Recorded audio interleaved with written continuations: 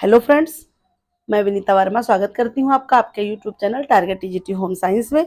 और आज हम पढ़ेंगे एनसीईआरटी की बुक जो हमारी क्लास 9th की पढ़ा रहे थे, जो उसमें अभी कुछ चीज़ें बाकी रह गई थी, कुछ चैप्टर्स बहुत इंपॉर्टेंट थे, है ना। और आप लोगों के कमेंट भी आए थे, एक जो है शर्मा जी हैं और बाकी उसके अलावा भी और अनीता जी हैं, उनका कमेंट आया था कि मैम कंटिन्यू रखिए क्लास। तो चलिए फिर जो है इस जैसे प्रतिमा जी का भी आया था कमेंट, तो जो है हम इसको आगे कंटिन्यू कर रहे हैं। 10th का भी पीडीएफ बना लिए हैं, लेकिन जो है सोचे थे 10th का ही पढ़ाएंगे अब, लेकिन आप लोगों ने जो कमेंट किया उसके लिए, है ना, थैंक्स फॉर रिप्लाई। तो चलिए, जो कुछ चीज़ें शेष रह गई थी इंपॉर्टेंट, बताया तो था कि पट्टियाँ पढ़ा दीजिएगा मैम, है ना, सामान्य दुर्घटनाएं, लेकिन उसके बाद हमें लगा कि ये चैप्टर भी आपका बहुत इंपॉर्टेंट है। तो चलिए इसको हम पढ़ लेते हैं। संतुलित आहार, देखिए थोड़ा सा ये है कि हम इसमें जो है थोड़ा एक रेंडमली पढ़ेंगे। आप लोग अगर पढ़ना है तो थोड़ा सा वीडियो रोक रोक करके पढ़ लीजिएगा, है ना। तो देखिए इसमें हम क्या पढ़ेंगे, बहुत सारी चीज़ें आती हैं हमारी इसमें। तो देखिए समझते हैं क्या क्या चीज़ें, अगर ध्यान से पढ़ा जाए तो मतलब इतना ज़्यादा इन बुकों में रहता है, लोग इधर उधर भागते हैं, इतना ये पढ़ लेना वो पढ़ लेना, लेकिन अगर आराम से आप पढ़ेंगे तो बहुत सी चीज़ें मिलेंगी। देखिए क्या क्या है इसकी प्रस्तावना में। संतुलित आहार की परिभाषा, संतुलित आहार की विशेषताएं हो गई, है ना। पर्याप्त आहार और संतुलित आहार में अंतर, संतुलित आहार की भिन्नता के कारण पोषक तत्व और भोज्य पदार्थ, सामान्य पुरुष बालक स्त्री या उत्तम आहार भोजन संबंधी ध्यान रखने योग्य बातें, कुपोषण और उसका स्वास्थ्य पर प्रभाव, कुपोषण एवं कुपोषण जनित व्याधियां, एनीमिया, क्वासियोरकर, मेरस्मस, सूखा रोग, रतौंधी, स्कर्वी, कम खाना, है ना, नोरोक्सिया नर्वोसा, है ना, और बुलिमिया नर्वोसा जिसको अतिसार कहते हैं। तो इतनी सारी चीज़ों को हम डिटेल में इसमें हमारी इस पीडीएफ में पूरी जो है चीज़ें हैं, लेकिन चलिए हम फिर आगे बढ़ते हैं, ठीक है। तो देखिए ये तो हमारी हो गई संतुलित आहार की जो है प्रस्तावना के बारे में, और आइए हम इसकी जो है परिभाषा को ध्यान से देखते हैं, पढ़ते हैं कि क्या है। तो देख लेते हैं संतुलित आहार की परिभाषा, ये समझते हैं। भारत सरकार व कृषि अनुसंधान परिषद, ठीक है, भारत सरकार और कृषि अनुसंधान परिषद के अनुसार संतुलित आहार वह आहार है जो मात्रा और गुण में संतुलित हो तथा शरीर की वृद्धि, विकास, कार्य और स्वास्थ्य के संरक्षण के लिए आवश्यक पोषक तत्वों को उचित मात्रा में सम्मिलित करे। दूसरे शब्दों में हम कह सकते हैं कि संतुलित आहार वह आहार है जिसमें सभी पोषक तत्व अर्थात प्रोटीन, कार्बोहाइड्रेट्स, विटामिन, खनिज, वसा उचित मात्रा में विद्यमान हो, वो हमारा संतुलित आहार के अंतर्गत आएगा, ठीक है। फिर देखिए फिर क्या है संतुलित आहार की विशेषताएं। तो भाई यही देखते हैं कि विशेषताएं क्या होनी चाहिए संतुलित आहार की। तो इसमें संतुलित आहार में पर्याप्त प्रोटीन एवं खनिज लवण से युक्त होना चाहिए संतुलित आहार।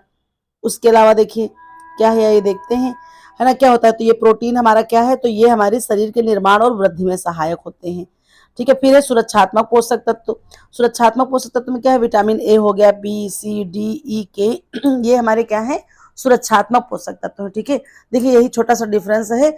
जो प्रोटीन होते हैं वो निर्माणात्मक कार्य करते हैं, वृद्धि का, जैसे कोशिकाएं हो गई, उनकी जो क्षति होती है उनकी पूर्ति करना, मरम्मत करना, निर्माणात्मक कार्य करना और वृद्धि का कार्य करना, ये हमारा प्रोटीन का कार्य होता है।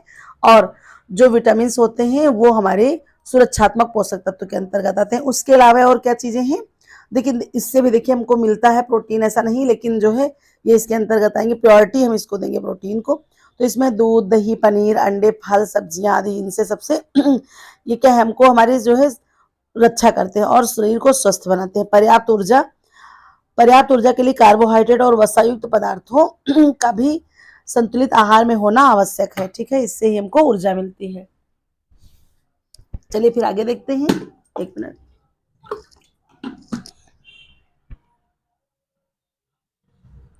ये देखिए यहाँ पर इतना ये तालिका बनी हुई है, ठीक है, ये देख लीजिए। तो इसमें यह है कि आयु लिंग के अनुसार जो है हमको डाइट लेना चाहिए, है ना, ये इतना जो है इसमें है। देख लीजिए भोजन द्वारा प्राप्त इकाई द्वारा नापा जाता है जिसे कैलोरी कहते हैं, ठीक है। क्या होता है, तो जो भोजन द्वारा प्राप्त ऊर्जा को एक इकाई के द्वारा हम नापते हैं, वो इकाई कौन सी, कैलोरी है। कैलोरी गर्मी में वह इकाई जो 1 लीटर जल देखिए यहाँ से बहुत इंपॉर्टेंट चीज है, 1 लीटर जल के ताप को 1 सेंटीग्रेड तक बढ़ा दे, ठीक है। वो हमारी सॉरी, देखिए अभी तक ठीक था गला, आज फिर मुझे प्रॉब्लम होने लगी। क्या है, भोजन के द्वारा ऊर्जा को एक इकाई द्वारा नापा जाता है जिसे कैलोरी कहते हैं। कैलोरी गर्मी की वह इकाई है सॉरी कैलोरी जो है गर्मी की या उष्मा की कह सकते हैं, वह इकाई है जो 1 लीटर जल के ताप को 1 सेंटीग्रेड तक बढ़ा दे। औसत मनुष्य का जीवन सही रूप से व्यवस्थित जो है व्यतीत करने के लिए प्रति घंटे लगभग 70 कैलोरी शक्ति की आवश्यकता होती है। इंपॉर्टेंट फैक्ट है ना, शक्ति की जो है आवश्यकता पड़ती है। इस प्रकार एक व्यक्ति को 1800 कैलोरी नॉर्मली चाहिए होती है। नारी और पुरुष की अपेक्षा कम कैलोरी की आवश्यकता होती है, नारी को 1500 कैलोरी। ये जो है आपकी बुक के अकॉर्डिंग है, बाकी हम आरडीए का इसमें यहाँ नहीं पढ़ा रहे हैं, जो इस बुक में है प्रॉपरली सिर्फ हम उसको समझा रहे हैं। ठीक है, देखिए यहाँ पर भी दिया हुआ है कुछ डेटा, आप जो है इसको देख लीजिए। हल्का कार्य करने वाले को यहाँ पर बताया गया है कि 2100 कैलोरी चाहिए, स्त्री को और पुरुष को 2200। 8 घंटे कार्य करने वालों को 2500, ये आप स्त्री का है, ये पुरुष का है। और यहाँ पर है 3000 कैलोरी। कठिन को या अधिक के लिए 3000 कैलोरी और 1300। ये आपकी जो है इस 9th क्लास की बुक में ये डाटा है। ठीक है, फिर देखिए इसी तरह से इसमें ये पूरा इतना जो है लड़कों का दिया गया है, लड़की का दिया गया है, और ये लड़की का दिया गया है, और इधर ये उम्र दी गई है।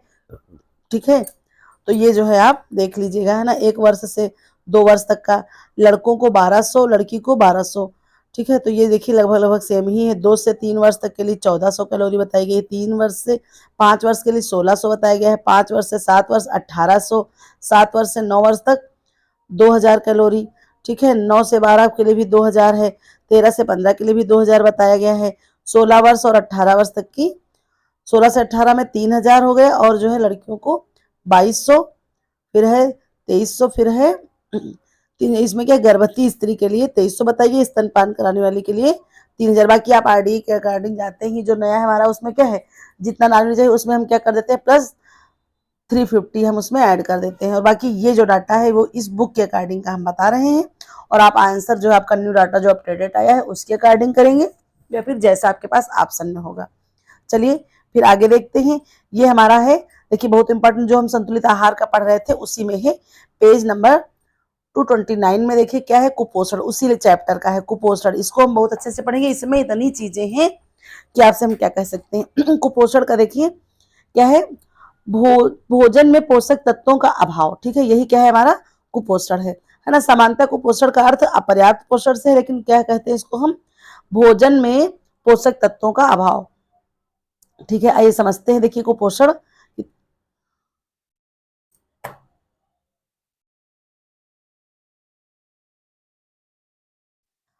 अंश के पास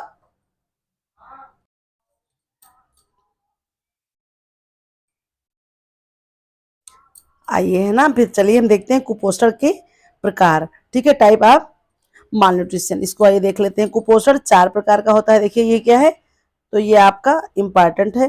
कुपोषण 4 प्रकार का होता है। पहला है अल्प पोषण, ठीक है, दूसरा है अति पोषण, फिर है संतुलित आहार, इसके बारे में जानेंगे, असंतुलित आहार, फिर है विशिष्ट पोषक तत्व का।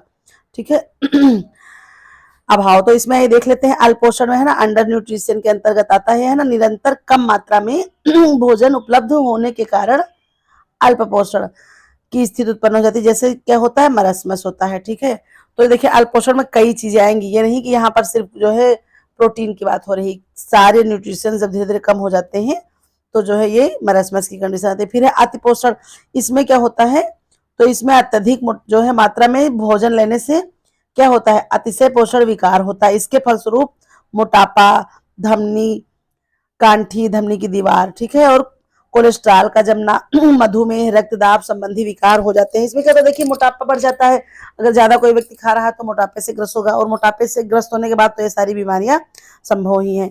फिर देखिए एक होता है असंतुलित, है ना, अनबैलेंस डाइट। इसमें क्या होता है, कुछ पोषक तत्व जो है अधिकता तो कुछ का कम, इस तरह से सारी कंडीशन आती है। जो है अधिक मात्रा में उपयोग करने पर मधुमेह हो जाता है, शर्करा का अधिक उपयोग करने पर। ठीक है, जल में फ्लोरीन की अधिकता के कारण क्या होता है, फ्लोरोसिस की देखने को आपको मिल जाता है। फिर है देखिए जो है विशिष्ट पोषक में, इसमें क्या होता है, तो जैसे कि कुछ अन्य जैसे विकार आ जाते हैं तो उसमें क्वासियोरकर आ जाता है, आपका घेंघा हो जाता है, रतौंधी हो जाता है, स्कर्वी, सूखा रोग, रिक्टेस जिसको बोलते हैं, ये सारी चीजें देखने को मिलती है। जैसे रिक्टेस हो जाएगा आपका किससे, आपका हो जाएगा प्रोटीन की कमी से, सॉरी विटामिन डी की कमी से। क्वासियोरकर आपका प्रोटीन की कमी से देखने को मिलेगा, घेंघा आयोडीन की कमी से, रतौंधी आपका विटामिन ए की कमी से, स्कर्वी सी की कमी से। तो इस तरह से ये सारी जो आती है डिफिशियंसी, वो आपकी जो है विशिष्ट पोषक अभाव के अंतर्गत आती हैं। कुपोषण 4 प्रकार का होता है, इतना हमने समझा। देखिए जो है ये बुक का ही है, ठीक है। इसको देखिए ऐसा है, तो यहाँ पर देखिए कुपोषण जनित बीमारियां, इसमें देखिए क्वाशियोरकर के लिए बताया गया है, ठीक है। तो देखिए क्वाशियोरकर है, इसमें जो है क्वाशियोरकर रोग का क्या बताया गया। क्वाशियोरकर या प्रोटीन व कैलोरी के कुपोषण से होने वाली एक सामान्य बीमारी 1 से 4 वर्ष, ये आपको ध्यान में रखना है, इंपॉर्टेंट है। यहाँ पर 1 से 4 वर्ष के बच्चों में होता है। इस रोग के प्रमुख लक्षण, इसमें देखिए वजन कम हो जाना, वृद्धि रुक जाती है, मांसपेशियां शिथिल होती है, त्वचा झुर्रीदार, अन्य विशेषकर पैर सूज जाते हैं। देखिए इसमें पैर कैसे हो गए, हाथ पैर दुबले हो जाते हैं, ठीक है। बौद्धिक क्षमता भी कम हो जाती है, बच्चा चिड़चिड़ा हो जाता है। इसकी जो है उपाय, क्वाशियोरकर से पीड़ित बच्चे को सुधारने के लिए प्रोटीन वाला भोजन देना चाहिए, ठीक है। इसमें ऐसे बच्चों को दूध, मांस, मछली, अंडा, पकी हुई खिचड़ी आदि प्रोटीन युक्त आहार देना चाहिए। ये आपका देखिए क्वाशियोरकर हो गया। बहुत अच्छे से, चाहे तो आप इसका स्क्रीनशॉट ले लीजिए, अब क्योंकि इतना नोट्स भी नहीं बनाना, स्क्रीनशॉट आप ले लीजिए, उसके बाद जो है आप उसको आराम से अच्छे से पढ़ लीजिए, ठीक है। तो आप स्क्रीनशॉट अगर किसी चीज को लाना चाहते हो तो इसीलिए हम थोड़ा थोड़ा सा रोक दिया करेंगे, अगर जहां पर लगेगा मुझको तो आप ले लीजिएगा। फिर देखिए यहाँ पर आ रहा है, कौन सा आ रहा है, यहाँ पे हमको मिल रहा है मरासमस देखने को मिल रहा है। मैरास्मस में देखिए यह एक गंभीर रोग है, इसमें क्या है, ये प्रोटीन और कैलोरी की वजह से होता है, ठीक है। मैरास्मस रोग के पीड़ित क्या है, इसके लक्षण, शरीर की वृद्धि रुकती है, मस्तिष्क भार कम होता है, वजन कम हो जाता है, इनके शरीर में जो है त्वचा ढीली झुर्रीदार होकर लटक जाती है, मांसपेशियां नष्ट होती हैं, बच्चा कंकाल मात्र रह जाता है, रोग निरोधक क्षमता कम हो जाती है, ये सारी चीजें, मानसिक विकार रुक जाता है, मानसिक विकास जो है बच्चों का ठीक से नहीं हो पाता। फिर ये भोजन का पाचन ठीक से नहीं होता। उपचार, मैरास्मस में जो है माँ का दूध शैशवावस्था से ही मिलना चाहिए, है ना। प्रोटीन और कार्बोहाइड्रेट युक्त भोजन दिया जाना चाहिए, और जो है निर्धन परिवारों को बच्चों को पर्याप्त पोषण उपलब्ध कराया जाना चाहिए। फिर आता है आपका रतौंधी, देखिए ये विटामिन ए की कमी से होता है, ठीक है। नेत्र विकार है आपका, इसमें हम इतना ही समझेंगे, ठीक है। बाकी और कुछ चीजें हैं, देख लीजिए।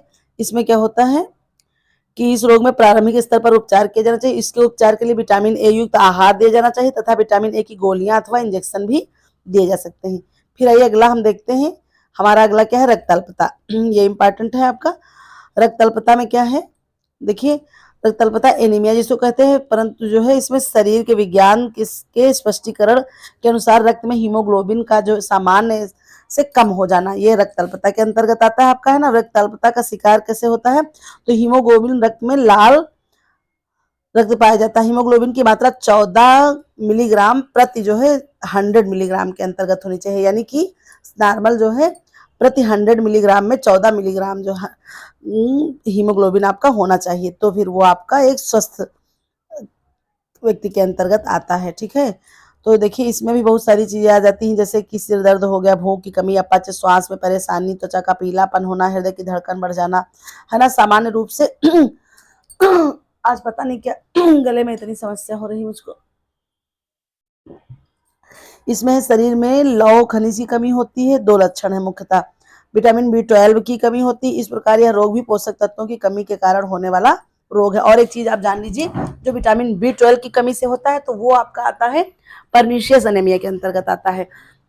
इसको विटामिन B12 को साइनोकोबाल्मिन कहते हैं, इसकी कमी से परनीशियस एनीमिया होता है। और विटामिन B9 की कमी से होने वाले एनीमिया को क्या कहते हैं, तो उसको मेगलोब्लास्टिक एनीमिया कहते हैं।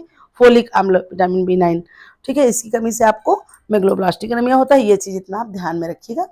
देखिए और इसी से जो एनीमिया है, देखिए 2021 टीजीटी में प्रश्न आया था, मुझे याद आ गया कि काइलोनिचिया जो पूछा गया था, ये चम्मच जैसे आकार के नाखून जो हो जाते हैं वो किस बीमारी का लक्षण है, तो ये जो है काइलोनिचिया इसके अंतर्गत आता है। और ये भी जो है आपका एनीमिया कह सकते हैं, जो रक्त अल्पता होता है इसी का एक तरह से लक्षण है। अगला ये देखते हैं, देखिए इसमें क्या है, तो इसमें है अस्थि विकृत या रिक्टस, ठीक है। ये क्या है, तो जो है सामान्य रूप से 6 माह से 2 वर्ष तक के बच्चों के अंतर्गत आपको आता है। विटामिन डी की कमी हो जाती है, ठीक है। इसमें क्या होता है, तो इसमें देखिए इस रोग में शरीर समस्त अस्थियां क्रमशः विकृत होने लगती हैं। सर्वप्रथम इस रोग में सिर की हड्डी क्या होता है, कुछ लंबी बड़ी तथा चपटी सी होने लगती है। आधा माथा जो है तथा माथा आगे की ओर निकला हुआ सा प्रतीत होने लगता है, ठीक है। हड्डी के पास जोड़ों के स्थान पर गोल उभरे हुए दिखने लगते हैं। इसे क्या कहते हैं, तो इसे रिकेट्स रोजरी भी कहते हैं, ठीक है। इसके अतिरिक्त सोड़ी मेखला की हड्डियां कुछ संकुचित हो जाती हैं तथा रीढ़ की हड्डी कुछ झुक सी जाती है। फिर आइए अगला देखते हैं, अगला हमारा आता है स्कर्वी। स्कर्वी में देख लेते हैं क्या है। तो ये जो है स्कर्वी, यह रोग बच्चों में होता है। दोनों प्रकार के रोगियों का विवरण है, बच्चों में होने वाले के लिए भी, वयस्कों के लिए भी। आहार में विटामिन सी की निरंतर कमी बनी रहती है, जिससे विटामिन सी की कमी होने के कारण स्कर्वी रोग हो जाता है। इसमें क्या होता है, बच्चा बेचैन रहता है, टांगों जांघों में सूजन रहती है ना, स्वभाव से जो है बच्चा चिड़चिड़ा रहने लगता है। और क्या होता है, कभी कभी बच्चों के दस्त वमन होने लगते हैं। स्कर्वी का प्रभाव दांतों एवं मसूड़ों पर पड़ता है। ठीक है, कहाँ पर पड़ता है, तो दांतों और मसूड़ों पर पड़ता है इसका प्रभाव। स्कर्वी का जो है बच्चों की हड्डियों पर प्रतिकूल प्रभाव पड़ता है। यदि स्कर्वी रोग अधिक पुराना हो जाए तो बढ़ जाए तो शरीर ऐंठन सा होने लगता है। ठीक है, वयस्कों की जो है स्कर्वी रोग देख लेते हैं, ये भी विटामिन सी की कमी से ही होता है वयस्कों में भी। एक मिनट,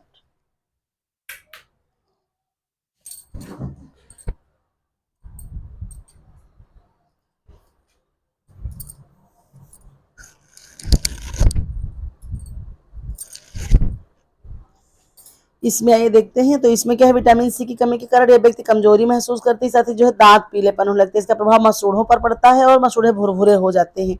ठीक है, और रक्तस्राव भी होने लगता है, रक्त का बहना देर तक रुकता नहीं। ये सारी चीजें उपचार में देखते हैं। स्कर्वी के उपचार के लिए सॉरी, विटामिन सी की अतिरिक्त मात्रा देनी पड़ती है। किसी वयस्क व्यक्ति को रोग हो तो प्रारंभ में 100 मिलीग्राम स्कर्बिक एसिड का इंस्ट्राम्युकुलर इंजेक्शन 1 सप्ताह तक दिया जाता है। बच्चों में केवल 50 मिलीग्राम का इंजेक्शन दिया जाता है। इसके बाद लगभग 1 माह तक वयस्कों को 500 मिलीग्राम तथा बच्चों को 100 मिलीग्राम विटामिन सी मुंह से दी जाती है, ओरल यानी कि दी जाती है। ठीक है, इसके अतिरिक्त आहार में ताजे फल, संतरे, अमरूद, आम, पपीता, अनानास आदि हरी सब्जियां भी खानी चाहिए। ये चीज देखिए, ये चीज फिर से रिपीट कर लीजिए, ऐसे करके देख लेते हैं थोड़ा सा। ठीक है, तो क्या है, देखिए इसके उपचार के लिए क्या करते हैं, प्रारंभ में अगर वयस्क व्यक्ति को है तो प्रतिदिन 100 मिलीग्राम स्कर्बिक एसिड का जो है इंट्रामस्कुलर इंजेक्शन दिया जाता है। 1 सप्ताह तक प्रतिदिन 100 मिलीग्राम का दिया जाता है। और बच्चों को केवल 5 जो है 50 मिलीग्राम का दिया जाता है इंजेक्शन। और इसके बाद जो है लगभग 1 माह तक वयस्कों को 500 मिलीग्राम तक का और बच्चों को 100 मिलीग्राम तक का विटामिन सी ओरल दिया जाता है। ठीक है, ये याद रखिएगा, ये इतना इंपॉर्टेंट है। बाकी और आइए देखते हैं, ये देखिए ये भी इसी बुक का ही है, मतलब कम खाना एनोरेक्सिया नर्वोसा कहते हैं इसको, एनोरेक्सिया नर्वोसा। इसमें क्या होता है, नर्वोसा भूख से ग्रस्त एक रोग है। ठीक है, एनोरेक्सिया नर्वोसा में क्या होता है, इसे अरुच रोग भी कहते हैं। यदि इस रोग से ग्रसित रोगी को जबरदस्ती भोजन कराया जाए तो अरुचिकर लगता है। ठीक है, कम खाता है, ये महिलाओं में अधिक प्रचलित है ये चीज, क्योंकि देखिए वो क्या करते हैं, डाइटिंग वाइटिंग भी करते हैं, धीरे धीरे करके हमारी डिमांड भी कम हो जाती है, भूखमरी और भूख की कमी होने लगती है। इस रोग में प्राय भूख की कमी और कमजोरी का एहसास होता है। लक्षण एनोरेक्सिया नर्वोसा में क्या होता है, एक घातक भोजन विकार है। इस रोग से शरीर पर प्रतिकूल प्रभाव पड़ता है, दिल की धड़कन तेज होती है, रक्तचाप में भारी कमी आती है ना, और दिल का दौरा पड़ने की आशंका बढ़ जाती है, मांसपेशियां शिथिल पड़ती, बाल झड़ने लगते हैं, महिलाओं में मासिक चक्र अनियमित हो जाता है। इंपॉर्टेंट है ये चीज। ठीक है, शरीर के कई तंत्र प्रभावित होते हैं जिससे रोगी की मौत हो सकती है। फिर देखिए एनोरिया नरोसा के जो है कारण क्या है, तो यह एक सामान्य बीमारी नहीं है, इससे अनेक जटिलताएं उत्पन्न होती है। इसके प्रमुख कारण एनोरेक्सिया नर्वोसा जैविक और पर्यावरणीय कारकों के परिणाम स्वरूप विकसित होता है। ठीक है, किसके कारकों के अनुसार, जैविक और पर्यावरणीय कारकों के। फिर आइए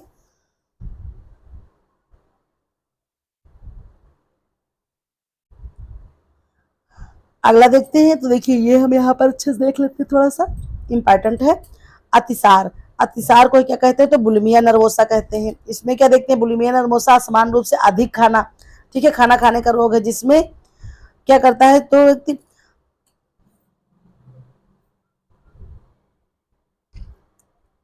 वजन बढ़ने से जो है क्या होता है, 1 मिनट सॉरी, देखते हैं यहाँ पर जरा से क्या है, समझ में नहीं आ रहा। चलिए देखिए फिर भी देख लेते हैं इसको, है ना। बचने का प्रयास करना चाहिए। 1979 में ब्रिटिश मनोचिकित्सक गेराल्ड रसेल द्वारा वर्णित और वर्गीकृत किया गया। ठीक है, क्या, तो बुलिमिया नर्वोसा यह एक ग्रीक भाषा का शब्द जिसका अर्थ है अशिष्ट भूख। ठीक है, कब, 1979 में ब्रिटिश मनोचिकित्सक गेराल्ड रसेल के द्वारा ये खोज की गई थी। ठीक है, बुलिमिया के प्रकार देख लेते हैं। ये प्रमुख प्रकार क्या है, नंबर 1 बुलिमिया नर्वोसा पुर्जिंग प्रकार। इसमें क्या होता है, बुलिमिया नर्वोसा रोग से पीड़ित रोग अधिकांशतः मामले के लिए जो है जिम्मेदार होते हैं। इसमें क्या होता है, नियमित रूप से बेजिंग क्या है, अवधि के बाद स्वयं प्रेरित उल्टी। इसमें कैसे क्या होता है, जैसे कि लोग डाइटिंग वाइटिंग करते हैं, महिलाओं में ज्यादा देखने को मिलता है, खा लेते हैं फिर मुंह में ऐसे हाथ डालने के बाद उल्टी कर देते हैं ना, स्वयं प्रेरित उल्टी। या फिर जुलाब या मूत्रवर्धक रोग से ये सारी चीजें आती हैं। फिर देखिए अगला, एक मिनट, अगला क्या है, अगला है बुलिमिया नर्वोसा, गैर पुजिंग के प्रकार है, फिर बुलिमिया के प्रकार, इसमें देखो तो फिर है बुलिमिया के लक्षण। ये सारी चीजें आप थोड़ा स्क्रॉल करके देख लीजिएगा। इसमें लक्षण में क्या होता है, लगातार वचन में उतार चढ़ाव नर्वोसा के लक्षण है ये। बुलिमिया नर्वोसा के इलेक्ट्रोलाइट असंतुलन जिसके परिणाम स्वरूप हृदयघात होता है, आंखों में टूटी हुई रक्त वाहिकाएं, गर्दन में और जबड़े में रेखा नीचे से बड़ी और ग्रंथियां होती हैं, ये सारी चीजें। फिर देखिए अगला, ये जो है प्राथमिक चिकित्सा के मुख्य सिद्धांत, ये बहुत इंपॉर्टेंट चैप्टर था, छूट गया था। देखिए वो 15 चैप्टर था, 15 नंबर का, यह है 16 नंबर। इसमें भी ये देखते हैं main principle of first aid. इसमें हम देखिए क्या क्या पढ़ेंगे, प्रस्तावना, प्राथमिक चिकित्सा की परिभाषा, उद्देश्य, विशेषताएं, आवश्यकता प्राथमिक चिकित्सा की, ये सारी चीजें हैं। फुल डिटेल इसका है, लेकिन हम इसमें जो है मेन पॉइंट को थोड़ा सा डिस्कशन कर लेंगे। बाकी जो है इतना समय नहीं है कि पूरा जो है कायदे से डिस्कशन किया जाए। तो देखिए इसमें देख लेते हैं प्राथमिक चिकित्सा की परिभाषा। तो इसको ये परिभाषा को देखते हैं। इसमें क्या है, सेंट जॉन एम्बुलेंस एसोसिएशन की प्रमाणिक पाठ्य पुस्तक गृह परिचर्या के अनुसार, ठीक है, ये इंपॉर्टेंट है, यहाँ थोड़ा सा इसको देखिएगा आप, ठीक है, थोड़ा सा स्टार भी बना लीजिए। और इंपॉर्टेंट है, सेंट जॉन एम्बुलेंस एसोसिएशन की जो है प्रमाणिक पाठ्य पुस्तक गृह परिचर्या के अनुसार फर्स्ट एड का अर्थ है किसी व्यक्ति को चोट लग जाए, कोई व्यक्ति आकस्मिक बीमार पड़ जाए, चिकित्सक के आने से पहले उसकी मरहम पट्टी तथा उपचार किया जाए। प्राथमिक चिकित्सा की इस परिभाषा को इसके प्रमुख सिद्धांतों का आभास होता है जिसका वर्णन आगे किया गया। इसका उद्देश्य क्या होता है, तो उद्देश्य है कि घायल अथवा रोगी व्यक्ति की जीवन रक्षा, ठीक है, ये इसका उद्देश्य है, ठीक है, और उसका मनोबल बढ़ जाता है जो रोगी होता है। अगला ये देखते हैं प्राथमिक चिकित्सा की विशेषताएं क्या हैं, आइए देखते हैं। तुरंत सहायता, प्राथमिक चिकित्सा के अंतर्गत दुर्घटना आकस्मिक रोग से पीड़ित व्यक्ति को तुरंत सहायता दी जाती है। जीवन रक्षा में क्या होता है, प्राथमिक चिकित्सा द्वारा सर्वप्रथम यह प्रयत्न किया जाता है कि दुर्घटना या रोगी व्यक्ति के जीवन की रक्षा हो जाए। अस्थायी उपचार, प्राथमिक चिकित्सा केवल तब तक की जाए जब तक यह चिकित्सक अपनी चिकित्सा प्रारंभ नहीं कर देता, यह केवल अस्थायी। देखिए यहाँ से बहुत इंपॉर्टेंट चीजें, थ्योरी से देखिए बहुत सारे प्रश्न बनते, क्योंकि मैंने एनालाइज किया। देखिए मैंने क्या, सब लोगों ने देखा होगा, बिल्कुल सेम टू सेम रिपीटेड प्रश्न आपको बहुत कम ही, बस बहुत कम मिले होंगे। बस ये कि इसी में बस बाल की खाल एक निकालना होता है, छोटी सी लाइन से कहिए 2-3 तरह से प्रश्न बन जाए और कुछ नहीं है, है ना। प्राथमिक चिकित्सा कैसा उपचार है, स्थायी, अस्थायी, है ना। इसी तरह से आपको पूछ लेंगे तो ये कैसा उपचार है, तो अस्थायी है। तो ये इस तरह से छोटी छोटी चीजें हम थोड़ा सा ध्यान में रखकर पढ़ेंगे। फिर ये देखते हैं इसकी आवश्यकता क्यों होती है। तो इसकी आवश्यकता अधिक रक्तस्राव होने पर होती है, या फिर आग लगने पर अर्जेंट जब होता है तब उसको तुरंत प्राथमिक चिकित्सा दी जानी चाहिए, ठीक है। और इसके जो है दूसरा कि डॉक्टर के आने पर रोगी का जो है वो सब समाचार थोड़े से शब्दों में डॉक्टर को स्पष्ट रूप से ठीक ठीक बता सके। यह भी नितांत आवश्यक कि वह क्या हो, तो मृदभाषी हो, ये जो है उसकी विशेषता है। और इसके कर्तव्य ये देख लेते हैं क्या होते हैं। प्राथमिक चिकित्सक के शीघ्र चिकित्सक को बुला लेना चाहिए, रक्तस्राव रोकना चाहिए, हड्डी टूटने पर संबंधी उपचार, फिर मूर्छा दूर करना, ये सारे क्या है उसके कर्तव्य हैं, ठीक है। शुद्ध और पर्याप्त हवा का प्रबंध करना चाहिए, दुर्घटना का ब्यौरा एकत्रित करना चाहिए, विष का उपचार करना चाहिए, अगर आशंका हो तो उसको वमन करा देना चाहिए, ठीक है, कि किस प्रकार का विष खाया है। तो इसके जो अगर आसपास शीशी मिल जाए तो उसकी जो है चीजें आप डॉक्टर को बता सकते हैं। ये सब क्या है, कर्तव्य हैं एक प्राथमिक चिकित्सक के। तत्कालीन औषधि का प्रयोग करना चाहिए। तो ये सारी चीजें हो गई। फिर आइए देखते हैं इसमें क्या करना चाहिए। इसमें देखिए बस बहुत ज्यादा कुछ था नहीं, ठीक है। बाकी आपको इससे मिलती जुलती बहुत सारी चीजें क्लास 10th जब हम पढ़ाएंगे उसमें भी आपको मिलेंगे, ठीक है। प्राथमिक चिकित्सा में सबसे पहले क्या करें, तो परिस्थितियों पर नियंत्रण करना चाहिए, ठीक है। क्या करना चाहिए, तो परिस्थिति पर नियंत्रण, है ना। फिर कुशलता और दृढ़ता पूर्वक कार्य कीजिए। यदि अन्य लोगों कार्य में हस्तक्षेप करने का प्रयत्न करें तो उन्हें उपयोगी कार्य पर भेज दीजिए, जैसे डॉक्टर को बुलाने, परिवार के सदस्यों को सूचित करने के लिए, ठीक है। ये सारी चीजें होनी चाहिए। रोगी का घाव कितना है, कैसा है, ये सब अनुमान लगाना चाहिए, ठीक है। क्या उसकी श्वास नियमित है कि नहीं, ये चेक करना चाहिए। कहीं कहीं रक्तस्राव हो रहा हो, यदि आवश्यक हो तो घायल भाग को वस्त्र हटा दीजिए। गंभीर रक्तस्राव को जो है शीघ्र नियंत्रण में लाने का प्रयास करना चाहिए। इस तरह की चीजें वो कर सकता है। फिर देखिए नेक्स्ट क्वेश्चन है, ये भी बहुत इंपॉर्टेंट है, जो है 17 नंबर का अध्याय है, सामान्य घरेलू दुर्घटनाएं और उनसे बचाव। ये भी बहुत ज्यादा इम्पॉर्टेंट, इससे भी आपको बहुत सारी चीज़ें देखने को मिलेंगी। ठीक है, तो आप लोगों ने, सब लोगों ने बहुत अच्छे से हेल्थ साइंस में इसको पढ़ लिया होगा, बस थोड़ा सा रैंडमली हम क्या करेंगे, इसको समझेंगे। ठीक है, आइए देखते हैं थोड़ा सा, आइए देखते हैं, है ना। आइए, फिर दुर्घटना के कारण, इसमें ये देखते हैं क्या क्या चीजें होती हैं। दुर्घटना में तो अशिक्षा हो गया, ज्ञानता, सावधानी, मनोवैज्ञानिक कारण, सामाजिक कारण, ये सारी चीजें कुछ दुर्घटना के ये कारण हैं। ठीक है, और एक चीज जैसे कि जीव जंतु के काटने पर, सांप, बिच्छू, पागल कुत्ते आदि के, इससे जो है ये सारी जो है सामान्य दुर्घटनाएं हैं। इसमें देखिए प्रतिदिन क्या होता है, कोई ना कोई दुर्घटना घटती है, तो इससे बचाव के लिए कुछ चीजें ये समझते हैं। दुर्घटना व्यक्ति के शरीर से होने रक्तस्राव को यथाशीघ्र रोकने के लिए करना चाहिए, जिससे उसका जीवन सुरक्षित हो। पानी में डूबते व्यक्ति को तुरंत निकालकर उसके फेफड़ों से पानी निकालना चाहिए, उल्टा मतलब लिटा करके। यदि सांस लेने में तकलीफ हो तो कृत्रिम श्वास देनी चाहिए। देखिए श्वास का चैप्टर क्लास 10th में पूरा है, कृत्रिम श्वसन और उसकी विधियां क्या क्या है, सिल्वेस्टर विधि, सेफार्ड विधि, है ना, जो जो सारी चीजें हैं ये सब पूरा क्लास 10th में आपको मिलेगा। ठीक है, विष पी लेने पर उसको वमन कराना या उल्टी, ये सारी चीजें हो गई, है ना। जैसे कि विषैले जीव जंतु काटने पर पूरा विष कैसे क्या करना चाहिए, ये सारी चीजें। ठीक है, उसको जो है क्या करना चाहिए, घर जो है दुर्घटना से घबराना नहीं चाहिए, बल्कि धैर्यपूर्वक उसके उपचार में लगना चाहिए। आइए थोड़ा सा समझते हैं, बहुत जो है थोड़ा सा जल्दी जल्दी समझ लेते हैं। रक्तस्राव यानी कि जब ब्लडिंग बहुत ज्यादा हो रही हो तो क्या करना है, और जो है चोट लगने पर रक्त जो है बह रहा हो, तो सामान्यतः रक्तस्राव उसी दशा में होता है जब जिसमें रुधिर कोशिकाएं जो है टूट जाती है। इस प्रकार रक्त के बहने से रोकने के लिए सरल विधि है कि कटे स्थान पर कसकर पट्टी बांध देनी चाहिए, है ना। कोई कोई धमनी कट जाती है तो रक्तस्राव बहुत अधिक होता है। यदि रक्त को रोकने के तुरंत उपचार न किया जाए तो रोगी की मृत्यु हो सकती है। रक्तस्राव भी दो होते हैं, बाह्य और आंतरिक। ठीक है, बाह्य और आंतरिक होता है। फिर देखिए धमनी से रक्तस्राव, देखिए ये कैसे किस तरह से बांधा जाता है, उसका भी फिगर है ना, टूर्नाकिट, ये आप जानते हो कि ये इंपॉर्टेंट है। टूर्नाकिट द्वारा अगर बहुत ज्यादा रक्तस्राव होने पर क्या करना चाहिए, तो टूर्नाकिट बांधना चाहिए, है ना। धमनी में शुद्ध रक्त स्रावित होता है, जिसका प्रभाव टूर्नाकिट किस कार्य के लिए होता है, ये इस तरह से ये आप जान लीजिए कि जब रक्तस्राव होता है तो टूर्नाकिट का प्रयोग करना चाहिए। इसमें क्या होता है, शुद्ध लाल रक्त का रंग चमकीला होता है, अतः निश्चित है कि धमनी कटेगी तो रक्त चमकीले लाल रंग का होगा। धमनी से रक्त के झटके के साथ निकलता है, इसे कट जाने पर जो है थोड़ी देर में काफी मात्रा में रक्त निकल जाता है। उपचार, घायल व्यक्ति को जो है उपयुक्त स्थान पर लिटाना चाहिए और बैठकर उसके अधिक बैठने पर उसका जो है अधिक रक्त निकल जाएगा, इसलिए ऐसा नहीं करना चाहिए, उसको लिटा देना चाहिए तुरंत। फिर आइए देखते हैं कुछ अन्य चीजें हैं, इसमें आइए देखते हैं यहाँ क्या है, तो जलना या झुलस जाना। ठीक है, जलना या शुष्क आग से होता है, जैसे आग, बिजली, गर्म तवा आदि से अगर कोई लग गया हो, जलकर लाल व काली त्वचा पड़ गई हो, तो उसमें क्या करना है, कभी कभी क्या होता है, एक मिनट थोड़ा सा और जूम कर लेते हैं बस।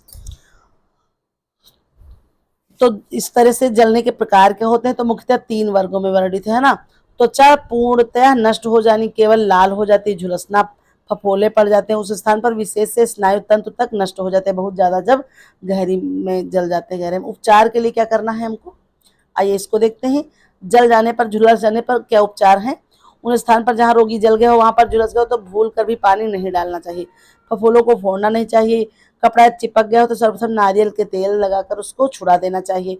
बरनाल का प्रयोग करना चाहिए। गाढ़ी चाय ठंडी करके उसमें कपड़ा भिगोकर घायल अंग पर लगाना चाहिए, यानी कि गाढ़ी सी खूब ज्यादा चाय बना करके फिर उसको ठंडी करके उसमें कपड़ा भिगोकर उसको उससे पट्टी बांधनी चाहिए ना, रोगी को ठंडक मिलती है। कच्चे आलू को लगाना चाहिए। नारियल का तेल और चूने का पानी सर्वोत्तम है। गाढ़ा, इसका गाढ़ा पदार्थ बनाकर घायल के स्थान पर रखना चाहिए, है ना, ये सारी चीजें। घबराहट और बेचैनी दूर हो तो ग्लूकोज व ब्रांडी दे सकते हैं। मूर्छित हो जाने पर अमोनिया सुखाकर होश में लाया जा सकता है। ठीक है, इतनी सारी चीजें हैं, देखिए कितना इंपॉर्टेंट है।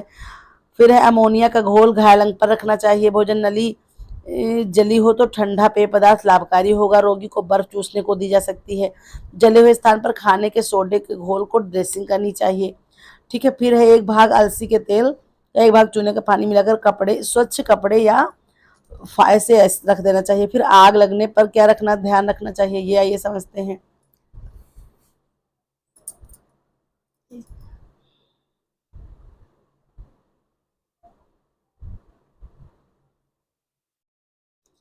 एक यहाँ ये समझते हैं, तेजाब और एसिड से जलना। इसमें क्या होता है, गंधक, नमक या सोरे को जो है, तेजाब बहुत तेज होते हैं, जिस स्थान पर गिरते हैं उस स्थान पर तुरंत ही जला देते हैं। किसी भाग पर तेजाब गिर जाए तो उस स्थान को तुरंत अमोनिया या खाने के सोडे से धो लेना चाहिए। जिस हिस्से पर तेजाब गिरा हो उस हिस्से पर तुरंत दूध डालें। दूध तब तक डालते रहें जब तक वह फटना बंद ना हो जाए। पानी से कभी नहीं धोना चाहिए। क्षार से जलना, चूना, कास्टिक या पोटास कभी जो है काफी तेज होते हैं।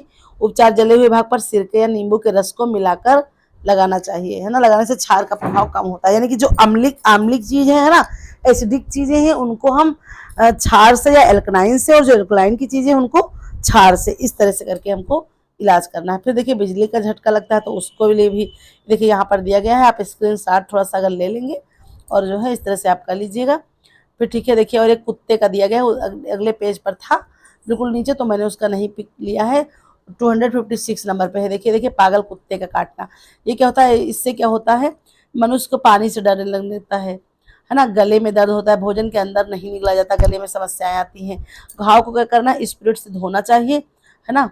और उसको क्या करना है, तो उसको कार्बोलिक एसिड से जला देना चाहिए उस स्थान को, और उस पर पट्टी बांध देनी चाहिए। रोगी को तुरंत अस्पताल ले जाना चाहिए। और क्या करना है, एंटी रेबीज की सुई लगानी चाहिए। थोड़ा सा और जूम कर दें, ये देखिए क्या करना है, तो एंटी रेबीज की सुई लगवानी चाहिए, है ना। क्योंकि कुत्ते के काटने से भयंकर रोग हो जाता है जिसे हाइड्रोफोबिया कहते हैं। ये क्या है, इंपॉर्टेंट है आपके लिए, ठीक है। पहचान, अगर कुत्ता को बांध कर रखना चाहिए, यदि वो वास्तव में पागल है तो 10 दिन के अंदर वो मर जाएगा।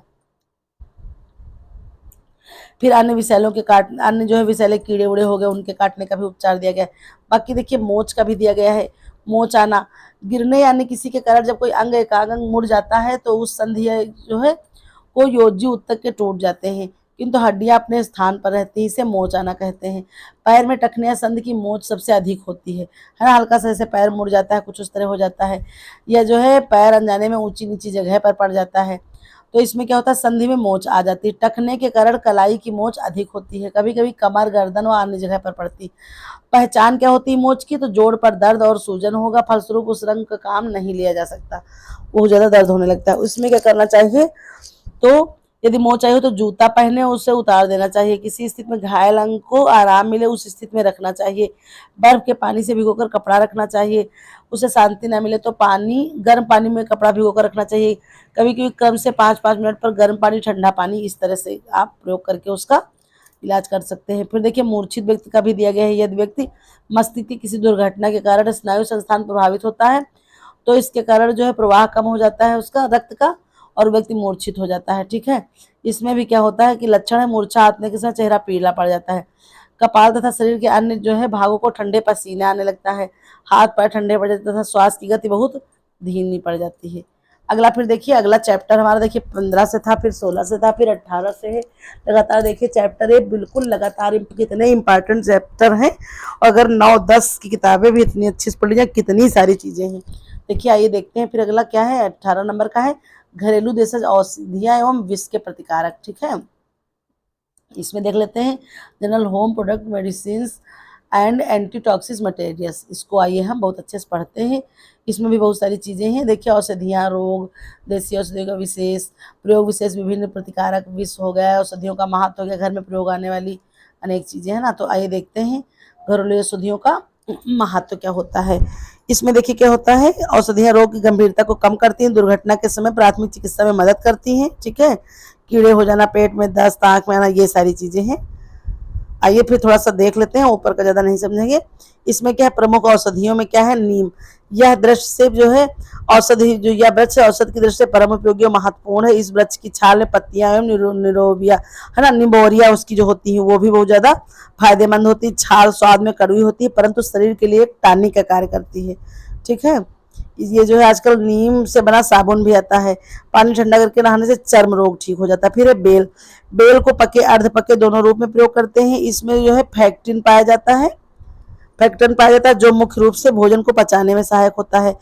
पेचिस के रोगी को अतिसार के साथ साथ जिससे कब्ज हो, बेल का फल दिया जा सकता है। बेल का शरबत आंतों को आराम पहुंचाता है। फिर है अमलतास हो गया, फिर आपका अजवाइन हो गया, पेट से संबंधित ये सारे रोग हैं, रोग के लिए ये बहुत ही ज्यादा फायदेमंद है। फिर आंवला हो गया, आंवला का प्रयोग सूखे और गीले दोनों में करते हैं, है ना। जुलाब का प्रयोग किया जाता है और इसमें विटामिन सी बहुत अच्छी मात्रा में होता है। और ये आंवले का मुरब्बा पेट के विकार को भी दूर करता है। फिर है तुलसी। तुलसी तुलसी पवित्र मानी जाती है हमारे शरीर में, इसकी पूजा की जाती है हमारे देश में, ठीक है। तुलसी की पत्तियों को कीटनाशक गुण होते हैं। इस पत्ती में जो है सत पेट का विकार, श्वास संबंधी रोग, मोतियाबिंद का उपचार में लाभकारी है। ठीक है, घावों में पत्तियों को पीस कर लगाने से जो है उनका उपचार हो सकता है। मूत्र संबंधी रोगों में भी इसके बीज लाभकारी होते हैं। चाय में तुलसी की पत्ती डालने से रोगी को आराम मिलता है। जुकाम खांसी में भी फायदेमंद होता है। फिर देखिए कुनैन हो गया, कुनैन की गोली हो गई, मुलेठी हो गई, दालचीनी हो गई, हींग हो गई, धतूरा हो गया, है ना। ये भी सारी चीज। कुनैन में क्या है, सिनकोना पेड़ की छाल में पाया जाता है। निमोनिया हो गया, पेचिस हो गया आदि के उपचार में इसका प्रयोग करते हैं। ठीक है, और क्या होता है, तो इसके द्रव जोड़ी जो है दर्द के जोड़ के लिए भी आरामदायक। मुलेठी में क्या होता है, इस पौधे की जड़ लाभकारी है। इसका प्रयोग खांसी, गले में खराश के लिए होता है। पेट के अल्सर में भी इसका द्रव प्रयोग में लाया जाना चाहिए। सिर की त्वचा के दोषों को दूर करते हैं। मुलेठी की पत्तियां प्रयोग में लाई जाती हैं। दालचीनी या पेड़ की छाल है, छाल का तेल अधिक गुणकारी होता है। अतिसार, जी घबराना इनमें। हींग क्या होता है, श्वास संबंधी, नाड़ी संबंधी विकार के लिए होता है। कलिक दर्द, पच पेट, ऐठन में बच्चों को जो है खिलाता है। फिर देखिए क्या है, तो धतूरा हो गया, इसबगोल की भूसी हो गई, और क्या है, तो ये छोटी इलायची हो गई, फिर है पुदीना, फिर है मेहंदी। तो ये सारी चीजें देखिए बहुत इंपॉर्टेंट है, इनको भी आप थोड़ा सा पढ़ लीजिएगा स्क्रीनशॉट लेकर के। ठीक है, फिर देखिए क्या है, अरंडी हो गई, फिटकरी हो गई, सुहागा हो गया। सुहागा के 6 ग्राम तथा कपूर 4 ग्राम दोनों पीस कर मिला करके रुई की फुहारी से मुंह के छाले दूर होते हैं। फिटकरी से में भी जो है, फिटकरी की महीन पीसकर बुखार आने के समय 4 घंटे पहले 2-4 रत्ती चूर्ण और 1 चुटकी पर देसी खाड़ मिलाकर देने से बुखार दूर हो जाता है। फिटकरी के 2 भाग सेंधा नमक और 1 भाग दोनों को महीन पीसकर प्रतिदिन सुबह दांत में मसूड़ों से मंजन करने से दांतों से खून बंद हो जाता है। इस तरह से थोड़ा डिटेल में थोड़ा अच्छे से उसको आप पढ़ लीजिएगा। ठीक है, फिर अदरक हो गई, हल्दी हो गया। हल्दी देखिए, हल्दी क्या, तेज धार वाले हथियार से शरीर के किसी अंग कट जाने पर खून बहता है। हल्दी में क्या होता है, एंटीसेप्टिक होता है, तो इसके चूर्ण से लगाने चाहिए। सुबह शाम पिलाने से क्या होता है, पेट के कीड़े भी मर जाते हैं। सौंफ, 6 ग्राम सौंफ को पानी में उबालकर थोड़ा उबाल ले, फिर पानी छानकर पी ले, तो बच्चों के पेट की जो है वायु, बदहजमी, ये सारी चीजें दूर होती हैं। गिलोय हो गया, हरी गिलोय 10 ग्राम थोड़ा कूट कर रात को 200 ग्राम पानी में भिगो कर रख दे, प्रातः उसको छान कर पी ले, ये जो है बहुत ज्यादा फायदेमंद होता है। फिर हो गया हरड़ हो गया आपका, गुलाब जल, राई, अमोनिया, अमृत धारा, डेटाल। देखिए इसमें क्या होता है, अमोनिया से सुंघाने से मूर्छा दूर होती है।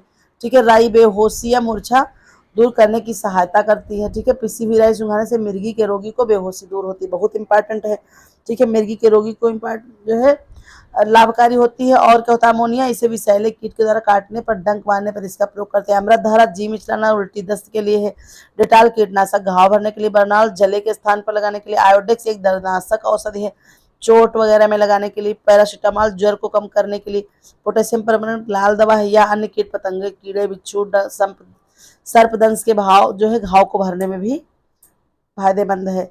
फिर देखिए अगला है, अगला क्या है, पोटेशियम परमानेंट हो गया। फिर है स्प्रिट, बोरिक एसिड, मर्क्यूरियम, फिर है नमक। इसमें क्या होता है, स्प्रिट घाव साफ करने के लिए, बोरिक एसिड घाव धोने के काम आता है, यह कीटनाशक है। इसका हल्का घोल आंखों के धोने के भी काम में लाया जाता है। मर्क्यूरो उन जल के साथ इसका घोल घाव पर लगाने से घाव शीघ्र भरता है तथा इस पर अन्य जो है विषों का प्रभाव नहीं होता। शरीर के किसी भी भाग पर सूजन जो है आने पर गर्म पानी में नमक डालकर सिकाई करने से सूजन कम हो जाती है। कुछ रोगों में औषधियों का प्रयोग की विधि है ना, बहुत सारी चीजें हैं। सर्दी जुकाम, यह वायरस का रोग है सर्दी जुकाम।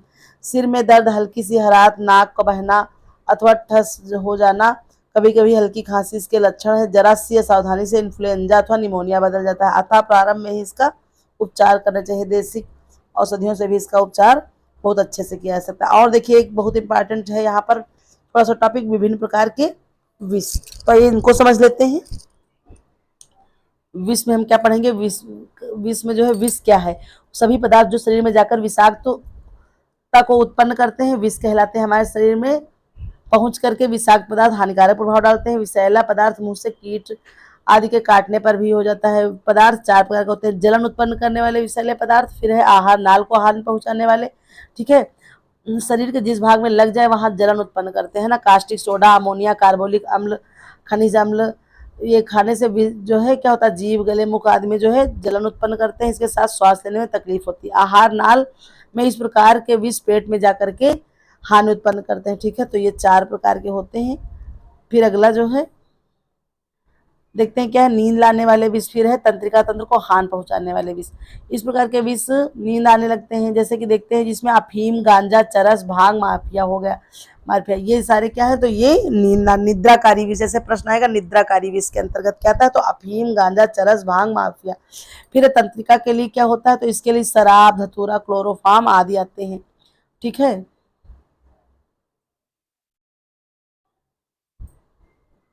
फिर एक चीज फिर यहाँ पर देख लेते हैं थोड़ा सा, तंत्रिका तंत्र को हानि पहुंचाने वाले। इसके बाद जो है किसी व्यक्ति ने विष खाया हो तो क्या है, व्यक्ति के आसपास शीशी या रैपर देखें। ठीक है, व्यक्ति के होठ, जीभ का अवलोकन करें। इसके बाद है जो है होठ का रंग नीला व काला हो जाए, व्यक्ति की सांस में कुछ महक होगी जिससे भी इसकी पहचान होती है। व्यक्ति के कपड़े को देखें, जेब में कुछ पत्र वगैरह अगर है।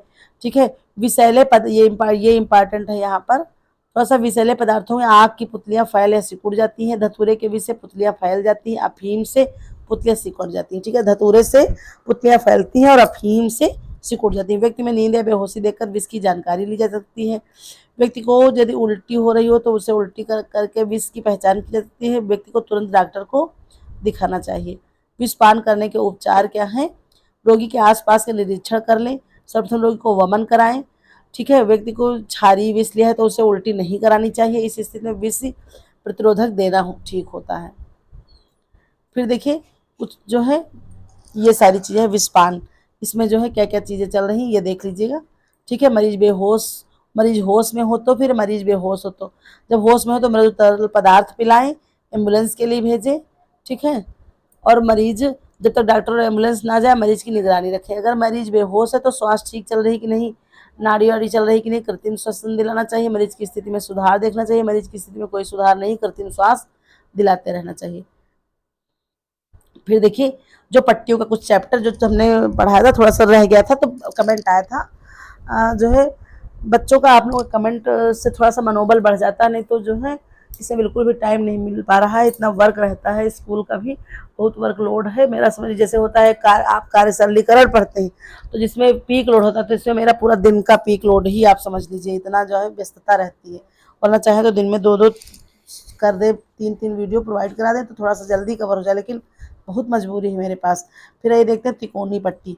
यह पट्टी प्राथमिक चिकित्सा के लिए अत्यंत उपयोगी होती है। यह पट्टी तिकोनी मजबूत में आती है ना, इसके लिए क्या होता है, तिकोनी पट्टी यह 1 × 1 मीटर मार्किन या अन्य कपड़ों से बनती है, तीनों कोनों पर मशीन कर दी जाती है ना, यह 2 तिकोनी पट्टियां तैयार होती है। तिकोनी पट्टी का कार्य क्या है, तो इसे किसी कटे हुए स्थान पर बहते रुधिर को रोकने के लिए यह पट्टी आवश्यक है। ठीक है, किसके लिए आवश्यक है, तो कटे हुए स्थान पर रोकने के लिए रुधिर को, घाव के बहती जो है जीवाणुओं आदि को दूषित, यहाँ के लिए उपयोगी है।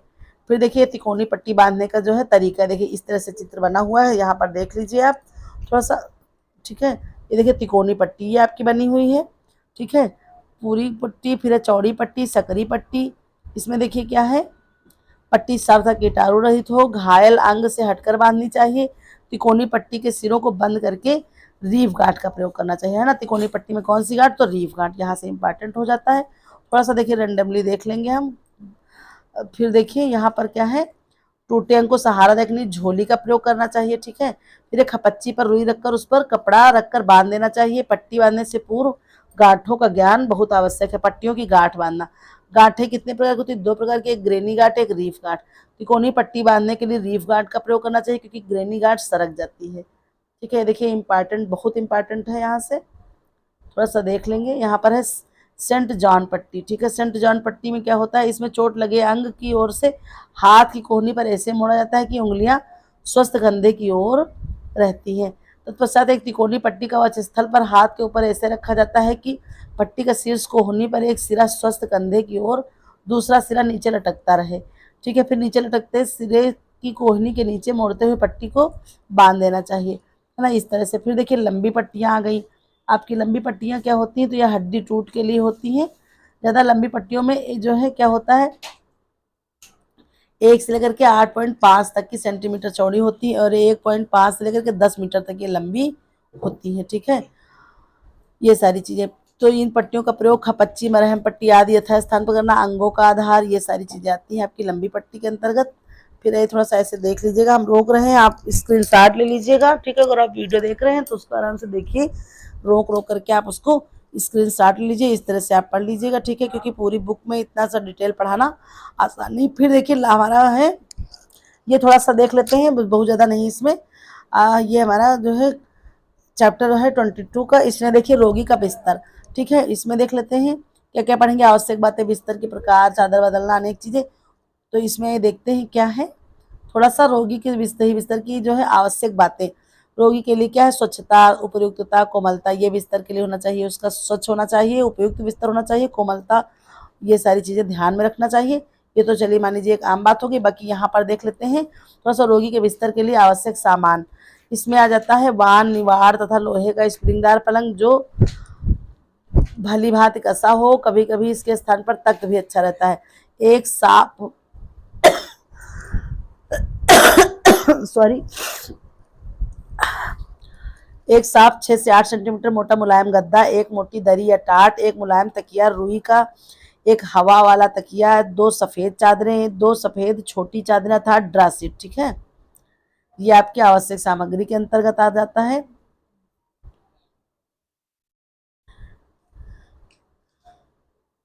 देखिए ये कुछ चीजें हैं यहाँ पर, बस आप ऐसे देख लीजिएगा थोड़ा सा।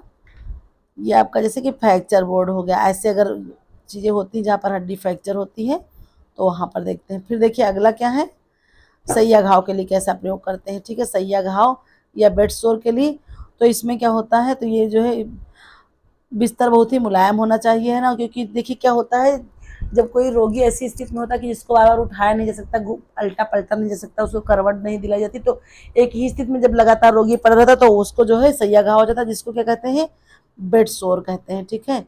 इसमें जो है बहुत सारी समस्याएं आती हैं। तो इसमें मुलायम गद्दे आ रहे हैं आजकल मार्केट में, ठीक है। डनलिपो पिलो या ना अनेक प्रकार के आते हैं, हवा के गद्दे, बिजली के गद्दे, इस तरह के आ रहे हैं। जिससे क्या होता है, इसमें हवा भरकर फुला दिया जाता है और हवा कम मालूम पड़ने पर थोड़ी हवा और भर दी जाती है। तो ये सारी चीज़ें डॉक्टर के आदेश पर ऐसे बिस्तरों का प्रयोग करना चाहिए। पूरे गद्दे को इतना मुलायम लेने के स्थान पर क्या करना चाहिए, पीठ पर कूल्हों के नीचे मुलायम गद्दियाँ लगा देनी चाहिए। ये गद्दियाँ डनलप कंपनियों की बनी हो अथवा रबर की, जिससे हवा भी दी जाए, जिनके कारण अतिरिक्त कुछ गोल छल्ले के आकार की गद्दियाँ मिलती हैं जो कूल्हे के नीचे लगाई जाती हैं और पीठ पर, जिससे वो कट नहीं पाता, ताकि जो है क्या होगा, तो सैया घाव नहीं होगा, ठीक है। इसमें क्या होता है, सैया पर पड़े रहने से घाव पीठ, कोहनी, कूल्हे आदि पर होता है, रक्त संचरण ठीक से नहीं हो पाता है, धीरे धीरे सूज जाती है और फिर वहां पर कट कर घाव बन जाता है, ठीक है। ये तो इतना सारा था हमारा, ठीक है। इसमें को बहुत ज़्यादा कुछ था नहीं, इसलिए हमने बहुत ज़्यादा नहीं पढ़ाया था। यहाँ पे देखिए थोड़ा सा और देख लेते हैं। थोड़ा सा क्या था कि इसमें क्या होता है, एक मोमजामा या रबड़ सीट जो 1 मीटर लंबी तथा पलंग के बराबर की हो, मौसम के अनुसार ओढ़नी की चादर, कम्बल अथवा रजाई हो, रोगी के अनुसार अन्य सामान होने चाहिए, ब्रेड कैंडल वगैरह होना चाहिए, ठीक है। साधारण बिस्तर लगाने के लिए निम्न वस्तुएं होनी चाहिए, एक दरी, मोटा गुदगुदा मुलायम गद्दा, चादरें, 2 तकिया के गिलाफ, ये सारी चीज़ें होनी चाहिए। बाकी इतना इस तरह से, इतना डिटेल यहाँ पर नहीं कुछ ज़रूरी है। तो चलिए फिर इस तरह से हमारी आज की जो है सीरीज़ कंप्लीट होती है। मतलब कह सकते हैं कि पूरी बुक में मतलब जितनी भी चीज़ें थी हमने आपको प्रोवाइड करा दी, बहुत इंपॉर्टेंट। अब हम नेक्स्ट वीडियो में क्लास नंबर 10th की बुक पढ़ेंगे। बाकी थैंक यू फॉर रिप्लाई, आप लोगों ने अच्छा रिस्पांस दिया तो मेरा भी थोड़ा सा मन बढ़ गया, तो हमने इसको कंप्लीट करा दिया, ठीक है। फिर हम नेक्स्ट वीडियो में क्लास 10th पढ़ेंगे। चलिए फिर मिलते हैं नेक्स्ट वीडियो में।